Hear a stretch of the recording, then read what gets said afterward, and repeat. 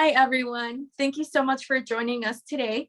I'm here with our fair housing specialist, Tasha Lynch, here to talk to Hi. us about the complaint process and what we do in our enforcement team. So thank you so much for joining us, Tasha. No problem. Thanks. Thank you. So my first question would be, how would someone know that they've been discriminated against? I would say that sometimes you will and sometimes you don't. So the Fair Housing Act is going to protect you from discrimination based on your race, color, national origin, religion, sex or gender, having a disability, or having children in your home. And sometimes discrimination can be very overt, and you know that that happened to you, and you know that you're being treated differently because of one of those things, either by harassing statements or, just being told that's why you're being treated differently. Other times, though, discrimination can be much more subtle. And so that's why I always recommend that, if something just didn't feel right or felt like something was unfair in any sort of housing transaction that you might have, certainly call our office, because we are, trained to look at those situations a little bit more critically, and to be able to try to determine if discrimination did take place, and then, either point you in the right direction for your next steps to resolve your issue, or, to where you can go to help find some justice in that situation. That's amazing. And that leads me to my next question. I mean, when someone feels like they've been discriminated against or knows, based off what you talked about, what kind of tips can you give them before they give us a call? Like, what can they do to help their case better? So what I always tell people is to document everything in your housing transaction. If email, text message, anything like that is a possible way to communicate with a landlord, I always recommend doing it.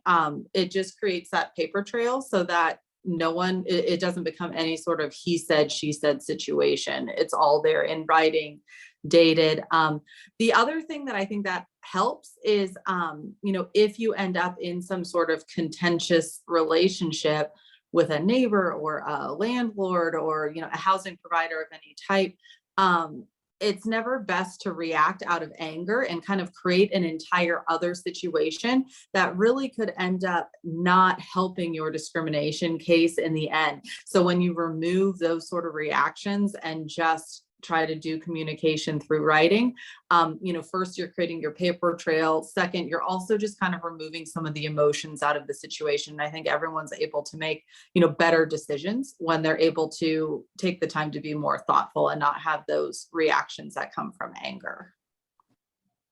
Awesome. That's great. And I would want to ask you, I know that here at SWIFIC, we help people in the complaint process and helps them get the facts out and not act so much in emotion, like you said. How does the process work? What does SWIFIC do to help them? Do they have to get their own lawyers, or how does that work?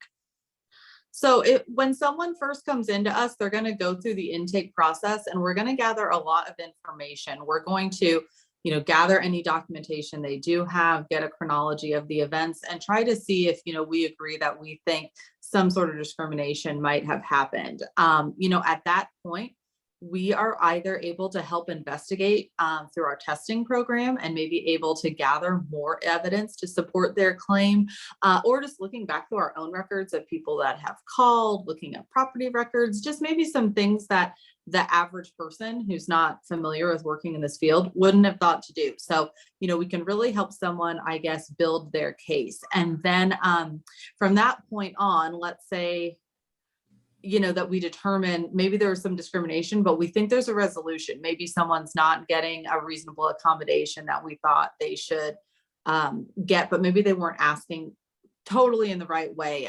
Sometimes we can reach out to a landlord or just help somebody maybe gather the documentation that they need from a doctor and write a reasonable accommodation letter in a more efficient manner. So we can do that.